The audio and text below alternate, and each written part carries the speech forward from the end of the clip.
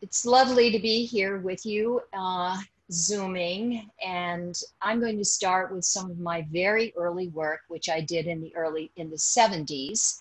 And at that time, as a young artist, I was very interested in the relationship between art and nature. There were many artists who were a generation ahead of me who were working outside in the desert and out in the land, and it was called land art.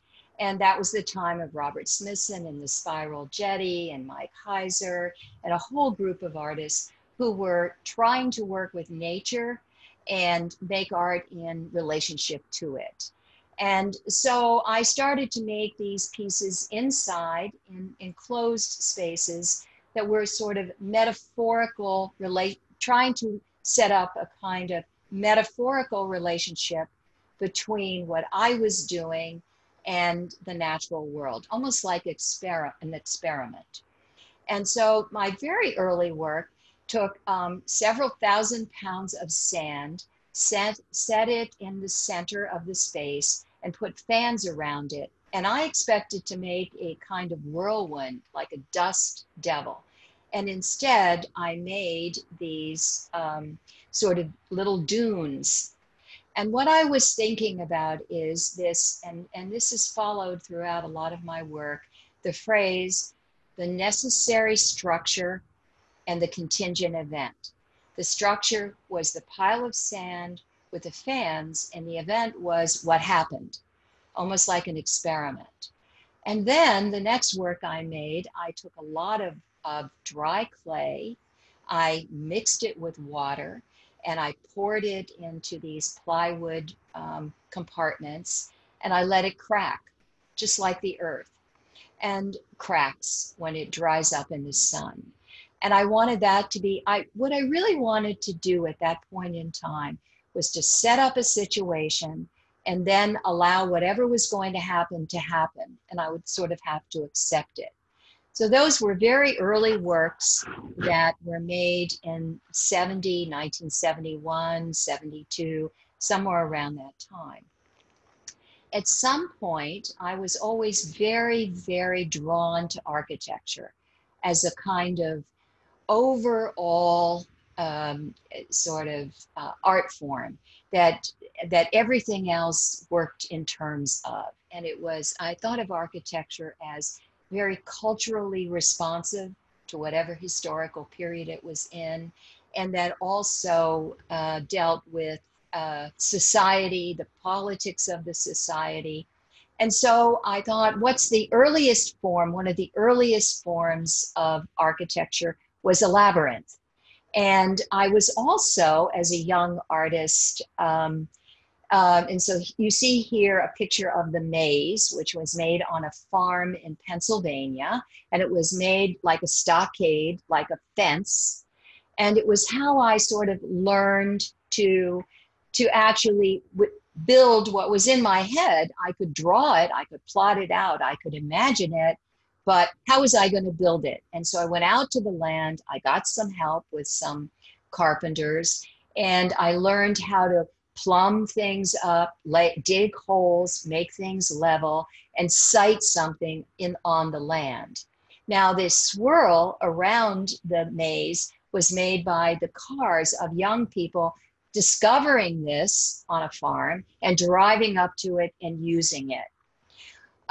What I wanted to do was to set up a situation, the necessary structure, which was the maze, the architectural situation, and the contingent event being how you moved through it.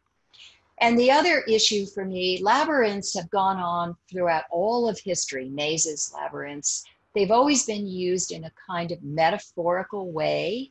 They've always been used as a kind of rite of passage, as sort of the journey through life. And I was also at the time, as a young artist, graduate student, doing a research paper on the highway system. And I thought a highway, when you see it from above, and if you take away the notion of arrival and departure, is like a vast maze or a labyrinth. So again, I wanted to set up a kind of metaphor for the architectural world, so to speak, or highways. I felt as though I was starting with very early architecture, and I was learning it, and I was visiting. I went to Greece, and I went all over France and England, and I went all over the southwest of the United States looking at underground kivas, and I looked at many different books, and I was imagining and fantasizing. And so I thought, well, I'm going to start with the beginnings of architecture. So there's a piece called Low Building with Dirt Roof, which I sort of picked up as a kind of earth house related to some of the sort of dwellings that people made in America when they first got to America. And also I was thinking of the tombs in Greece, in the tomb of Agamemnon and and the beehive tombs, but these were little sort of triangular tombs. And so one of the things about the structure of the low building, which you see in the top, is that when you crawl in, you can feel very safe. It's got 7 tons of earth on top. You can feel very safe, but you can also feel as though you're being smothered. And that's very much like if you think of it as your first home. You feel safe, and then sometimes you feel like it's just claustrophobic, like it's too much. And those two, the necessary structure, the contingent event, and those feelings of back and forth, attraction, repulsion, seduction, and fear, that moving between those poles are poles that I have used throughout my career. And that kind of sort of spectrum of feelings. And what I wanted to do was to set up sort of architectural situations that were psychological. And I had to give these architectural situations a function. They weren't going to exist in the real world as functional buildings. So their function was to create psychological feelings in the viewer. The underground piece that you see below, you would see something, and this has been, a lot of these pieces have been, they were built in the 70s and they were recreated much later from original drawings. And so the underground piece below, you see these sort of openings on the surface of the earth, then you crawl down in ladders and you go from light to dark to light to dark in these kinds of underground bunkers, which are very much, again, like all the underground dwellings that I had seen in America, in the Native American dwellings, and also places in China, and also from fiction. Now moving along to the concrete piece, again, and I was looking at paintings, and I kept trying, you know, some of my favorite painters, Bosch and Bruegel, and I would imagine, well, what are those buildings like? What are those structures like? And I think this came from either a Bosch or a Bruegel painting that I had seen. And it also kind of looks like a silo. So there it is on this farmland. You approach it, you have a ladder, and you put the ladder up and you look down and you see these sort of circles within circles within circles, and you could climb down inside. And at the same time I'm making these pieces, I'm learning how to build for real, not just to think and design, but thinking is very important, but actually how to build. But most of these works existed as photographs, and the art world at the time really saw photographs. They didn't actually experience the work. Now they get to experience them when we've rebuilt them in art parks in America. Moving on down, I started to build the stairs, and I started to build inside and to try to create these architectural experiences. And stairs have always fascinated me as a vehicle. They ask you to perform on them. And then, so again, you've got the structure and the event. And what I liked about these stairs, and these stairs get recreated from exhibition to exhibition, you climb up, and as you're getting higher and higher, you get closer to the ceiling, and at some point, you can't stand up. So there's this kind of paradox, and the stairs go nowhere, which is in some cases like life. Sometimes you start on a path and you go up the stairs and you have to go back down again. And so there was always this kind of paradox that I would try to insert into these early architectural pieces. And again, these are little architectural follies. The one on the left is at the Museum of Modern Art, and you can't get in it, but you can look in it and imagine yourself climbing through it. The one on the right begins a shift. I had seen on the pages of a magazine called Scientific American an article about the beginnings of technology and industry and the Industrial Revolution. And it was an article about wind power. And there was a beautiful little drawing painting of a windmill structure. And of course, we believe that the Industrial Revolution started sometime in Holland with harnessing wind. And so I made this little house with a kind of structure behind it that it's static, but it reminded me, it was the beginnings, it reminded me of this little painting I had seen.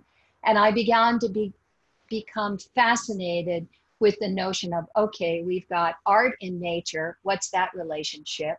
And then there's art and technology, or art and tool making, what's that relationship?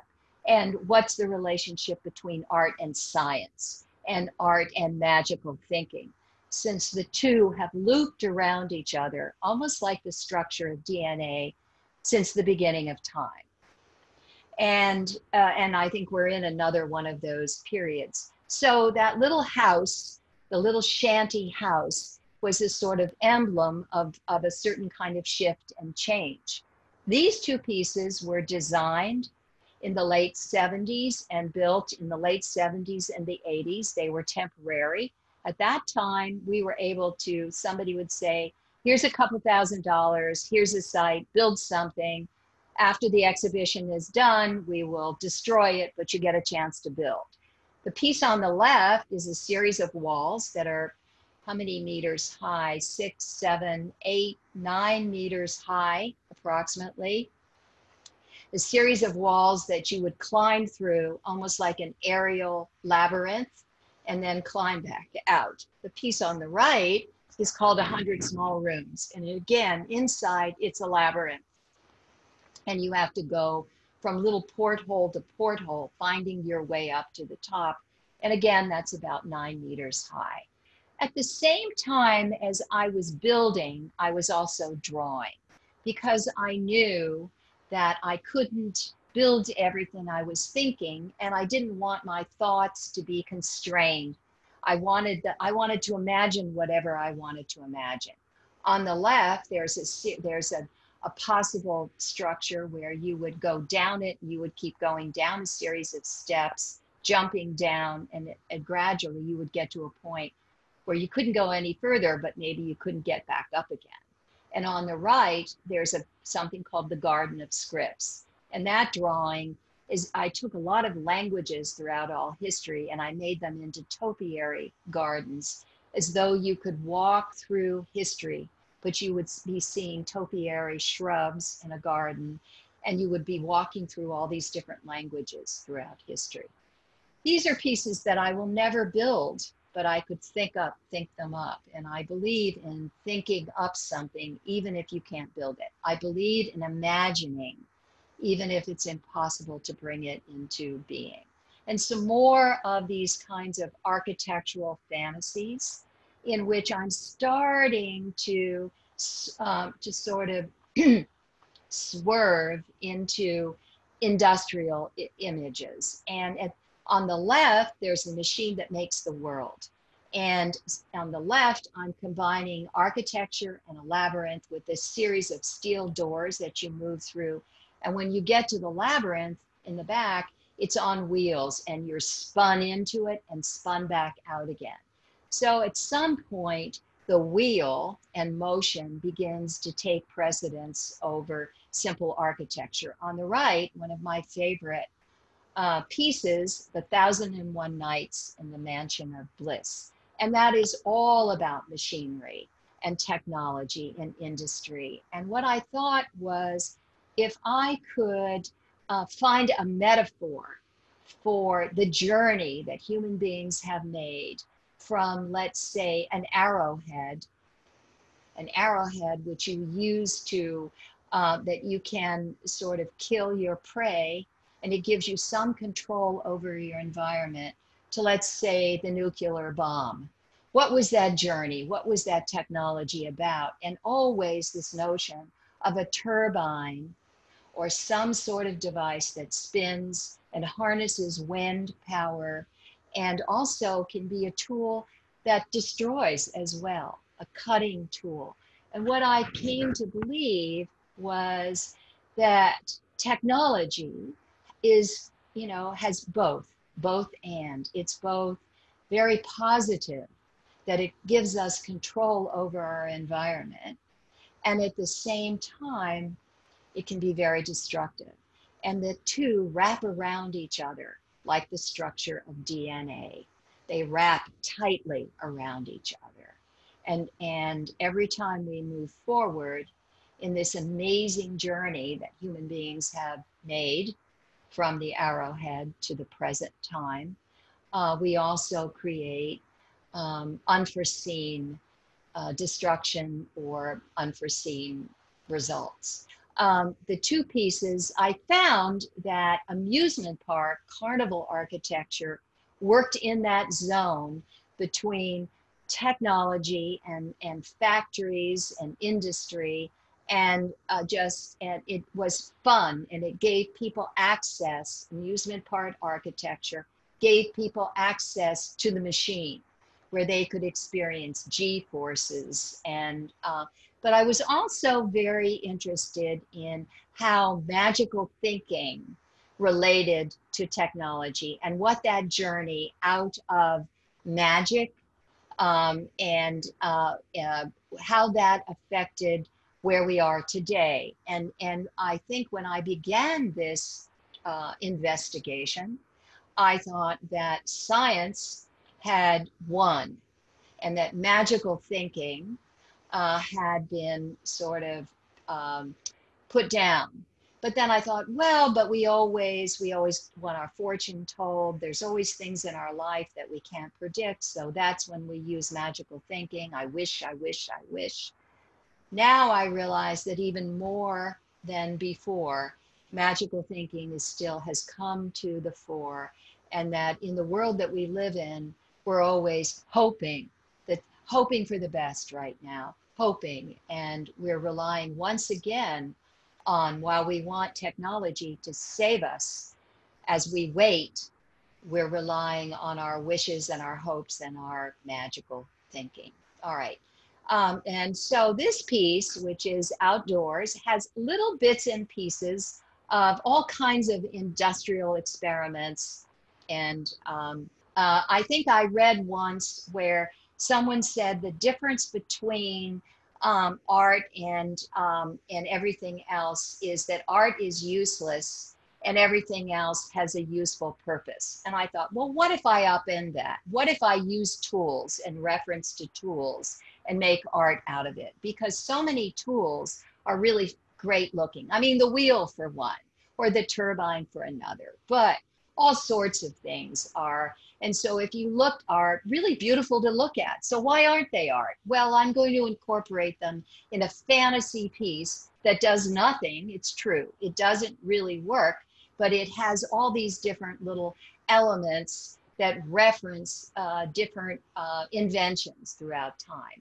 And so this piece does that. And if you look at it carefully, you can find little references to inventions having to do with radios and electricity and all sorts of things. And then I sort of swerve back to architecture.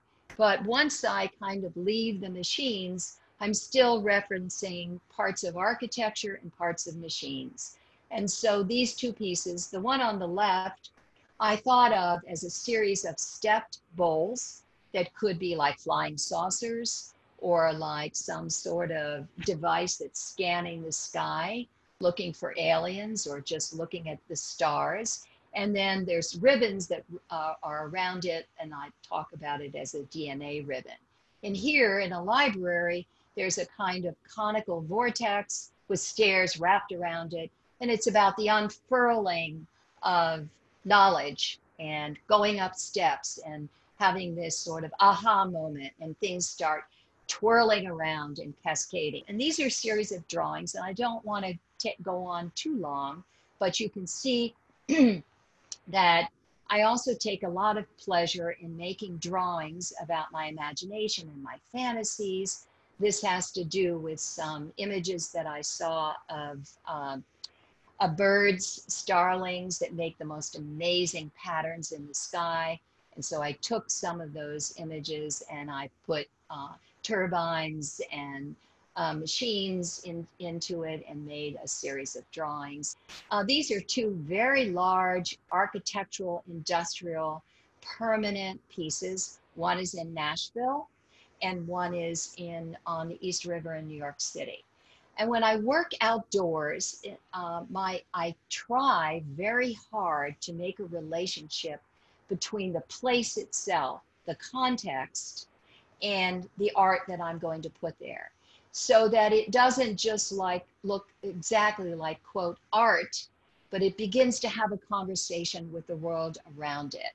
And in these two pieces, the world around it is very industrial, very urban, there isn't much nature.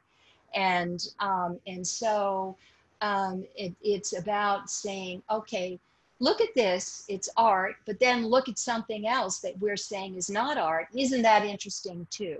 And so that the world comes in as an influence, and then you look at the art, and then you go back to the world.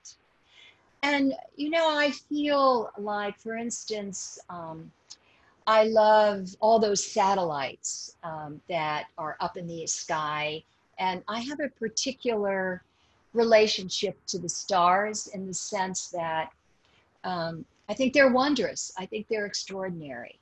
And in past history, people have looked at the stars all the time to try to orient themselves, to try to locate themselves, both on the earth and in the universe. And now we don't look up so much. It's hard, I guess, because there's so much light pollution, and because we're living this intense world where it's all about today, today, today. Nothing about something larger, except for some scientists and astronomers and so when I was a young child, I remember going out on a summer night, and I was probably about 8 or 9 years old. I lay down in the grass and I looked up at the sky, and it was amazing. And I thought, all that up there, that's so vast, and I'm so tiny. I am so tiny. And how can I ever matter in that vastness of the universe? And then I got up and I found a stick and I found some concrete and I wrote my name. And in a sense, my journey has been that back and forth between, there's the vastness of the universe, everything is meaningless but marvelous, marvelous, and I'm nothing, and then no, I want to be something. And that, I think, is the kind of ricochet that we all go through. And sometimes the vastness of the universe is really comforting and it's marvelous, and other times it's frightening because we understand how teeny, tiny, tiny, tiny we are. And we know that even more. But I like to play with that. And so these two pieces are about playing with comets and stars and moments of they're both in airport. One's in an airport and one is in a college. And one's called Star Sifter. It really has to do with comets and energy. And the other is in an airport, and it's about movement, but also moving through the night sky and the stars. And so also I like science fiction, old time science fiction, and these big satellite dishes. I just think they're beautiful. I think they're works of sculpture. And so I use these kinds of vortex dishes, almost as though they're cups that can be filled, or they're empty, they're scanning the sky, looking up. And I just sort of playfully cite them. These are out in the Midwest. where people sometimes think they see aliens. And so there's sculptures that are set there at airports and in different community centers.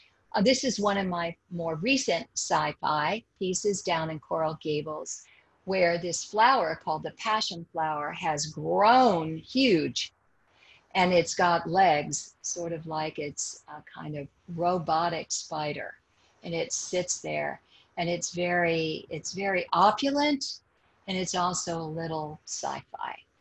All right, and I'm using color. Sometimes I use color.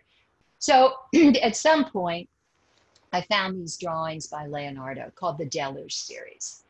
And what I am so always been so intrigued by Leonardo was that he was both an artist and a scientist, and he blurred it. He used his imagination and his curiosity to look at everything. And he didn't judge himself. He didn't prejudge himself and say, I can't look at that. I can't think about that. It's if it aroused his curiosity, he was going to investigate it and try to figure it out. And the Deluge series, where he was trying to understand water in motion and wind in motion and make these drawings and try to figure it out, I think is really the beginning again of science and technology and his curiosity. When I saw this, I thought, how extraordinary. So this was way back in the 80s, and he called it the Deluge. So he was really thinking about how marvelous water is and how powerful water is, but it's also the deluge, which is when the world becomes, when there are hurricanes and, biblical apocalyptic moments happen. This is called the Leonardo Swirl. It was made in the 80s. It's very simple.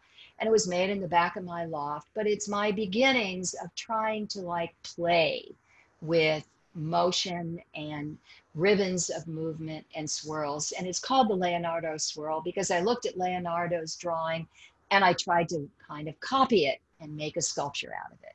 Okay, these are images. So what I do as an artist is I look at the world. I troll the internet for exciting images, and then I save them in my library of images. And this is what I tell my students as well. You see something out in the world, you don't know why you like it, but you like it, photograph it, put it in, and store it. You see something on the internet you like, store it in your library. And then you go back and you sort of say to yourself, what is it about these things that I'm so curious about? Is this my brain trying to, why do I have all these things? How am I going to use them when I make my art? And so here are some of the images that I have used to make my art. And some of them are very scientific and technological, and some of them are very mundane. They're an amusement park. They're a beautiful flowing fashion. There are all sorts of things and I'm not ashamed to be high or low, to look at a cartoon or look at a scientific diagram. These are drawings that I made that eventually became the twisters. And so now we're going to talk about the twisters. All right, and these are the one on the left is the first large twister. It was made, I'm not sure, 2008, 2007, sometime in there. And I had been thinking about weather patterns and tornadoes and hurricanes for a long time. And then I found the moment to start drawing them on the computer and beginning to go back and take the Leonardo Swirl and really do something with it. And so this begins this series. And what I would like to say about this series as we move through it is that way back, and we can stay with this for a moment, way back in the early 70s when I put the fans on the sand and I was a young artist and I didn't know what I was going to do. I didn't know the 40 some years that I would make art, but that early work was the beginning of this journey that ends up, and I don't think it's ended yet, I hope, but in the Twister series. And so as young artists, students, scientists, I would imagine that you would like to know how we go about doing these. And I think there's one more drawing that you can see. And so these pieces are, on the contrary, they're thought up in my head, they're imagined, but then they go through a rigorous engineering. They are on the inside, they're structurally very sound. And I work with engineers, I go with a lot of different, a team that also then builds it. And we go through a lot of computer drawing, computer technology, and computer fabrication. Machines then fabricate what I have drawn to be very much, if you see a drawing that I do and I say, that's what I want it to look like, then through the marvels of computer technology, that's what it looks like. And so we might make something that looks as though it's very turbulent and chaotic and perhaps unstable, but in fact, it's not. And so it's sort of like, in again, a kind of magic, but not the magic of magical thinking, the magic of you see something and you think it looks one way, but in fact, it really is very stable and very solid. In 2014, shows you Park Avenue in New York City, and from 52nd, 53rd up to 57th Street, and a series of, it's called the Paper Chase, Park Avenue Paper Chase. And I thought about, what if there was paper that blew up Park Avenue and it would stop and it would land there and then it would blow some more? Or what if the wind visualized itself? What would it look like? And so each of the streets has a different piece that is a variation on this fantasy. And this was sort of the formal beginnings of the Twister Turbulence series. And this is very much in an urban environment. And so it relates to the urban energy of the center of New York City. And this really is the heart of New York City. The other heart is Times Square. One is more sedate and the other is more raucous. So this is the more sedate Park Avenue, where sort of the world meets. All right, then these sculptures left Park Avenue and they went around different parts of the world. This is Chatsworth outside of London, and suddenly the cyclone twist is in nature and it's having a conversation with nature. Frankly, my feeling is that these pieces want to live in nature, that their conversation is with the trees, is with the compositional branching sort of nature of the trees, and also of nature itself as it swirls and forms spiral patterns and wind patterns and water patterns. And that this is where these pieces actually feel most at home, that they really are having a conversation with nature. This is the crew, and it's really important for everyone to see that I'm not just one artist, but that over time, and it's a slow process, but I always had a team, I always had help. And I was never ashamed to ask for help. If I didn't know how to do something, but I wanted to know, I would ask for help. I would ask people that knew. So this is the group. Now these people are paid to work, and it's now like an artist fabrication studio, and these are some of the people that work on the sculptures. And now you see various pieces that relate to the turbulence wind turbine series. And if they have some reference also to flowers and things like that, some people call them rosettes, there is some reference to the structure of nature. And these are variations on the theme. And now you have walked through or will walk through and have a tour, and you will see each of these pieces and what they are doing. This one is, if we could stay with this for a moment, it's called Devil Whirl. Yes, it relates to a little dust devil that's twirling and whirling and moving and zigging and zagging, but it also relates to dance. And what I would like to say is while these pieces have as their relationship the movement of water and wind, and it's not always something that's frightening. We all love to see tornadoes at a distance. We love to see hurricanes from above, which make these beautiful swirling patterns, which is the pattern of the galaxies and the patterns of water. They're not always frightening, terrifying, but I will tell you a story about myself again as a young woman. Very young, probably 13, 14 years old. I lived in a little town in the middle in Pennsylvania.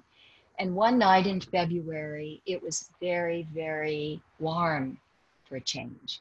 And I had the windows open, and the wind, I could hear the wind. And I crawled out my window and I got onto my front lawn and I began to dance in the wind. And I was all by myself. No one was around, and I wasn't feeling self-conscious, or I was feeling euphoric. And it was as though the wind was moving through me and I was talking to the wind. I was talking to the night. I was talking to the universe as I knew it. And so a lot of these pieces also have their basis, their beginnings in my own body movement or the body movement of dance, and that sense that you have of when you're moving and dancing, that you are kind of in a state of euphoria. And Devil Whirl really exhibits that as much as anything. All right, now these are pieces that you will have encountered when you went through your tour. And each one this is called Alien Twister because it's kind of got a little top saucer on one side. And they're just various variations on the theme. And spinning tops is the first toy that we all get, a gyroscope and a spinning top. And a gyroscope tells us something about the universe and about movement and about gravity. And so I keep going back to things that I think of as sort of primary and also flying saucers. So this is a combination of a flying saucer, but they don't move. In this case, it's static. Now, I'm going to tell a story at the very end of my talk. And I think we all ask ourselves, or our parents ask us, why do you want to be an artist? Or why do you want to be whatever it is you want to be?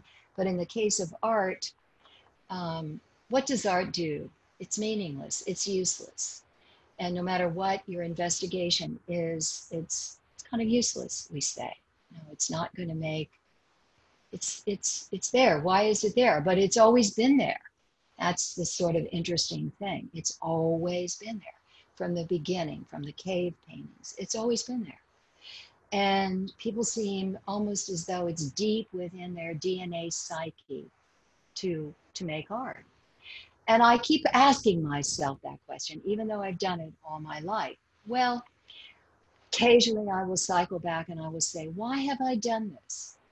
I went to India in 2008, and I went to see some incredible architecture that I had looked at in books all my life. Some of them were these amazing observatories in Delhi and Jaipur. And another was this gate, which was the entrance to the old city of Jaipur. And I was on a tour, and I got out of the tour bus, and I'm standing in the street, and the tour guide kept wanting to take me to a souvenir shop. And I said to him, look, I've come all this way. It's taken me years and years to get here. I just want to step out and look at this incredible building, this incredible gate, because I'll never be back. And I just want to stare at it with my own eyes. Leave me alone. And this particular gate was where the women who were in the harem, who could never leave the harem, would sit behind and look out at the world. And they would see the world that they couldn't enter, and they would sit behind this exquisitely beautiful gate. So I was staring at it and thinking about that. And I felt this tug on my shirt. And I was thinking, if I could just, it's someone wanting something, and it's been so many years, I just want to be here and stare. I just want to be quiet and meditate. And the tugging kept happening on my shirt. And I turned, and there was a young woman. She was probably 16, 17, 18 years old. And she had this scar that went from the top of her throat all the way down her stomach, all the way down. Someone had cut her. She had recovered, but she had this huge scar. And that's all she had in the entire world, nothing else. There I was, this privileged woman, looking at this gate, and I was going to fly away. I would never see her again. And I realized at that moment when I was looking at her that she was the reason why I make art. She was the reason, I didn't know it, but that was the reason why I went to India.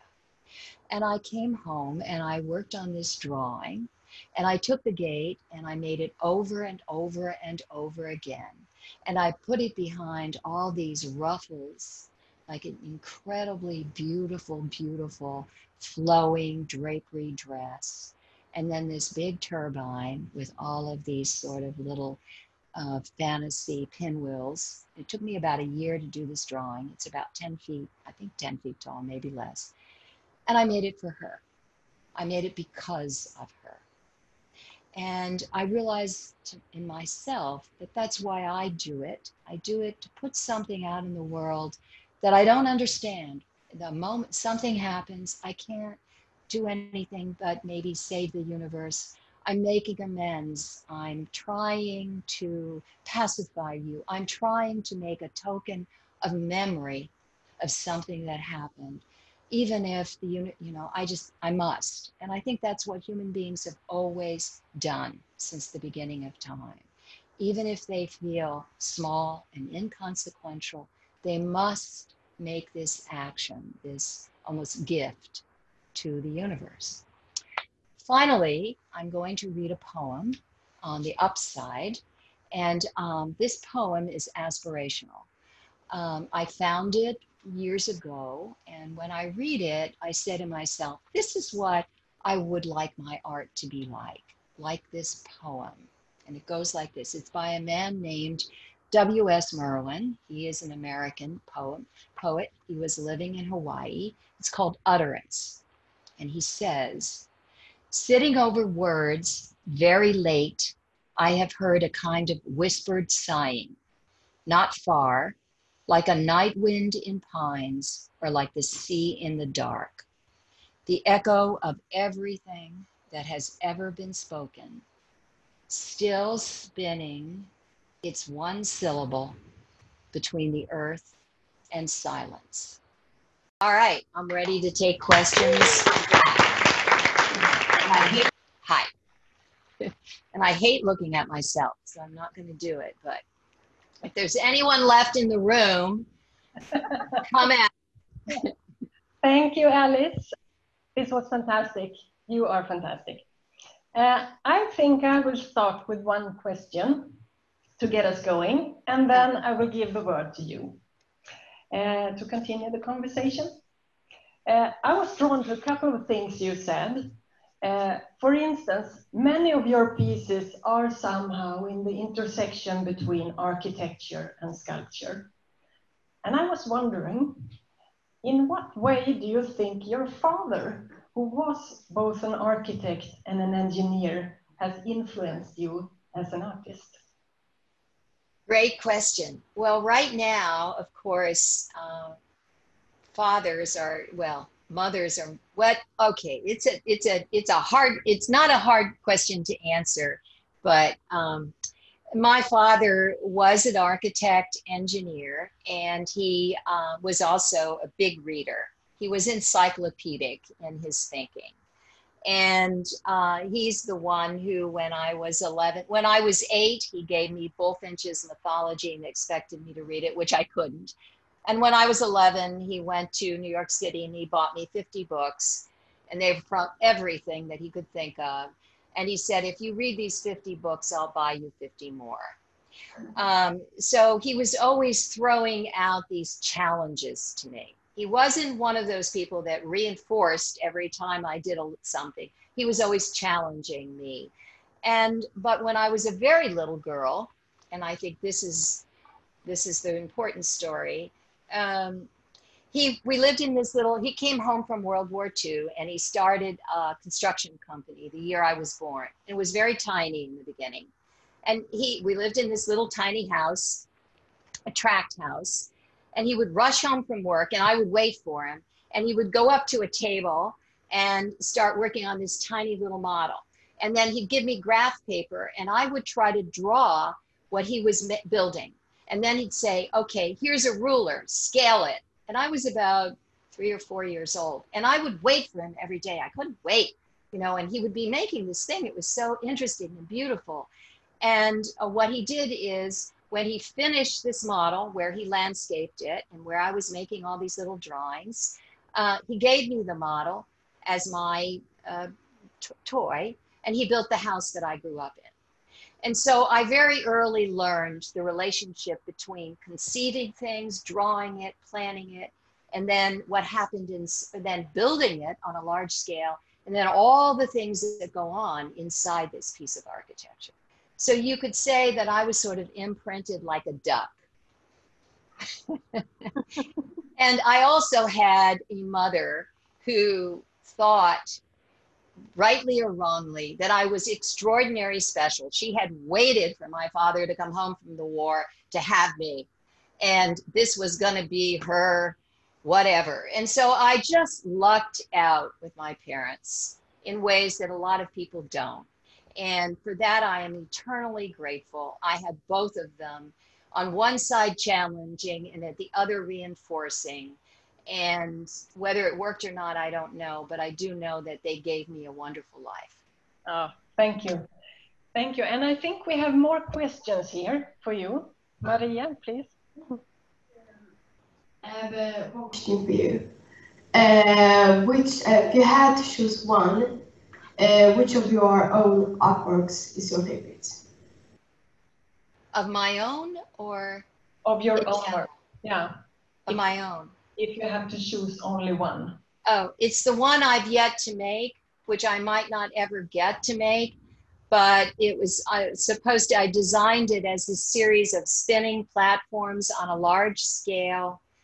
It was going to be on a hilltop on this island called Molokai outside in Hawaii, and it was going to speak to the sky and be all these, it is like a gigantic Venn diagram of spinning platforms that turn themselves up in the air and then push themselves back down again. And that's my fave, and I don't know if I'll ever get to make it, but I thought I was, but who knows now. But anyway, it's the next one. Good answer. Yes, and we have some more questions here. Well, me and my classmates wrote some questions for you, and the first one is, what inspires you currently? Well, I think I'm still in the Turbulence series. What I think is this, if I could be perfectly honest. We all knew that there were things like climate change, and we also knew that we were living now in a very complex world, and whether global, and that something that happened in the far reaches of the earth, in some place, were going to influence what was happening somewhere else. That was clear to us for some time. And whereas maybe even 100 or 150 years ago, you could have something going on in the jungles of Indonesia, for instance, and it wouldn't necessarily affect someone in Sweden, maybe, but in a less complicated way. And this notion of this kind of Venn complex diagram that I'm talking about, where I had really thought about it before we were hit with what's happening now, is where I am. But just like as an historian or a theoretician, or you're in the laboratory, it's one thing when you're talking about it and you're thinking about it. It's another when it's at your front door. And so I'm being perfectly honest. It was really interesting for me to say, oh, these turbulence pieces and these sort of intersecting circular platforms and all of this, it's art, it's really interesting, and it's about the way the world is. That's fine. I'm really glad because I've landed in the right place here philosophically at this point. But the truth is that we're also in the middle of it. And as I said, that sort of ricochet between a theoretical proposition and the reality of having to live through it it's humbling. It's very humbling. Okay. Yes, the second question was, what work of yours had the most unexpected feedback? That they would like it, but they didn't. But a lot of people liked it. I don't want to just say, but there was more negative feedback than I expected. I think that like everything, you have to do what you believe in and what you think is the next right thing to do. And then you have to take your knocks. And just to people will say to me, well, how do I become an artist? Or how do I stay an artist? And, these questions. This isn't, it isn't a choice. It is what you are. And I was listening to Frank Sinatra talk about it yesterday. You are that thing 24/7. You are that thing whether you're in fashion or you're not, whether people think you're great or they don't. You can't do anything else except the next so-called thing that you need to do. And you do it, you do it despite everything. And I don't know why that is. It just is. And I would say, again, I'm going to speak a piece of poetry from Oscar Wilde that I say to myself all the time. And I said to a college the other day, commencement, Oscar Wilde said, "For my own part, the only thing I could do was to love you. I knew that if I allowed myself to hate you, that in the dry desert of existence over which I have been forced to wander and am wandering still, every well of water would prove poisoned at its source."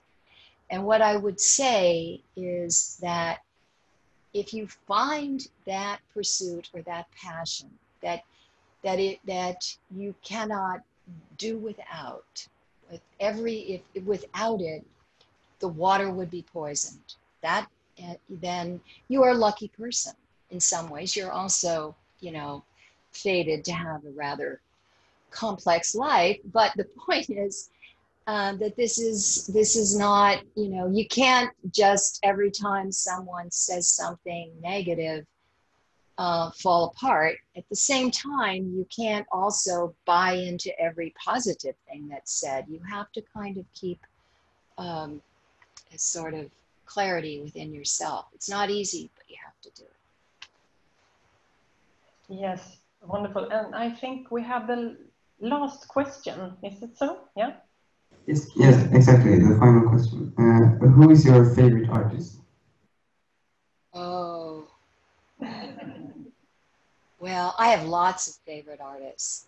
It's a question I ask my students, and some of them are anonymous, those observatories in India have been extraordinary. So if you Google Delhi Observatory, Jaipur Observatory, there is a Richard Serra. I hate to bring him up because he can be a real whatever, but he has a series of pieces at Dia, which are these torqued, curved walls. And when I go there once every 15 or 20 years, I go, oh shit, man, this is amazing. There's also a Mike Kaiser piece up there, which is this deep, deep cuts in the ground. They are rectilinear, but it's that deep, deep well. And I go, oh God. There are, Kiefer. There's some Kiefer paintings that when I look at them, I just say, this is a consummate artist. There's a woman named Julie Maratu, who is a painter here in the States that I think is an extraordinary painter. I mean, I have many, many favorite artists. There's a beautiful painting called Flaming June by an English painter at the turn of the century. And if you ever find it, his name is Lord Leighton. It is so delicious. It's like a delicious Georgia O'Keeffe. I mean, I think art can be delicious and seductive, and it has to be beautiful. And it also has to take you to very, very deep places within yourself. All of Lake Goya. I mean, you asked me who's my favorite. I'm telling you many. Lake Goya, I think, is amazing. So there are a few. Okay? There are a few. But I can say you are definitely one of our favorites. Thank you so much. Thanks for putting up with me. And you got me in the morning where I have all this coffee, and so I could talk forever, and I apologize for going over time. Okay. Well, you are fantastic, and we have indeed learned a lot today. Thank you very much, Alice, and thank you all for joining us here at the National Museum for Science and Technology, and also for you who have followed us remotely. Now, the next event will be something you all have been waiting for: coffee, tea, and cinnamon buns.